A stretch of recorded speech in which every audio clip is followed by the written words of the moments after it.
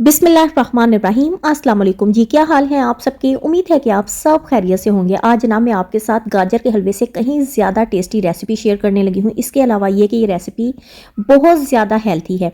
और जनाब बिस्मिल्लाह करते हैं, इस रेसिपी की तरफ आते हैं।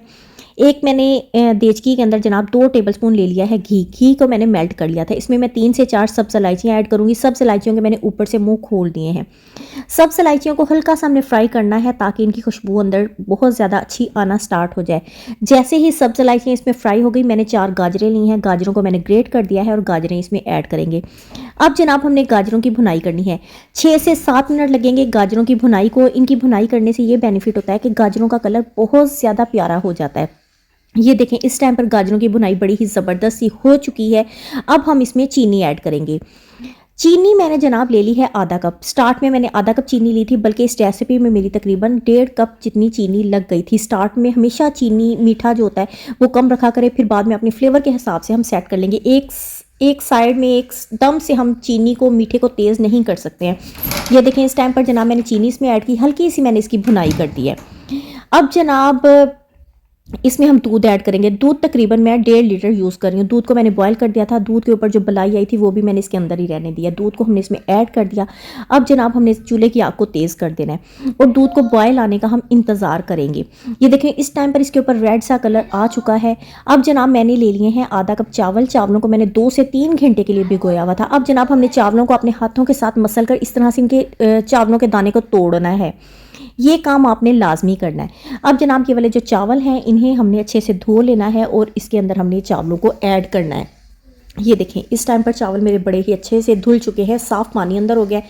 चावलों को हम इसमें ऐड करेंगे। अब हमने चूल्हे की आग को बिल्कुल हल्का कर देना है और जनाब हमने चूल्हे की आग को बिल्कुल हल्का कर देना है। मतलब ये कि बिल्कुल ज़ीरो आग पे हमने इन चावलों को और ये दूध को पकने के लिए छोड़ देना ताकि इसमें अच्छा सा फ्लेवर आ जाए। ये तकरीबन मैंने 1 से 1.5 घंटे के लिए इसे फुल हल्की आग पर पकने के लिए छोड़ दिया था।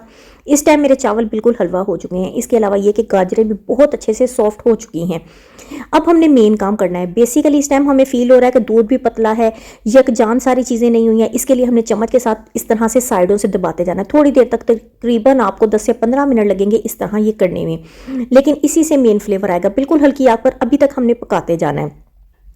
और अगर अभी तक आपने मेरे चैनल को सब्सक्राइब नहीं किया है, फ़ौरन से सब्सक्राइब कर दे, क्योंकि सब्सक्राइब करने से मेरी तमाम न्यू वीडियोस फ़ौरन आप तक आ जाएंगी। और अगर आपको मेरी वीडियो अच्छी लग रही है, इसे लाइक लाजमी करें, कमेंट लाजमी दें और अपने फैमिली फ्रेंड्स के साथ मेरी इस तरह की यूनिक रेसिपीज़ लाजमी शेयर कीजिए।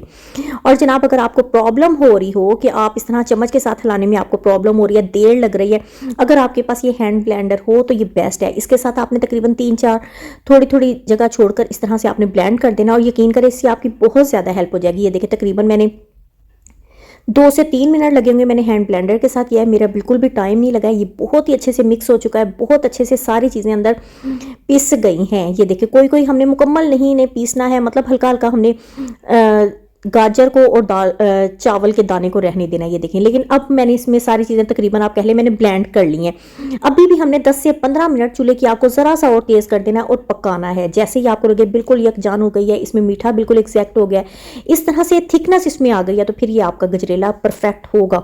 बहुत यूनिक रेसिपी है, बहुत टेस्टी रेसिपी है। ये देखिए इसकी फाइनल लुक। इसे मैंने फ्रिज में रख दिया था, ठंडा कर लिया है। आपने ये रेसिपी को लाजमी ट्राई करना है और मुझे कमेंट में आकर आपने ज़रूर बताना है आपको गजरेले की रेसिपी कैसी लगी। अपना बहुत सारा ख्याल रखिएगा। अल्लाह हाफिज़।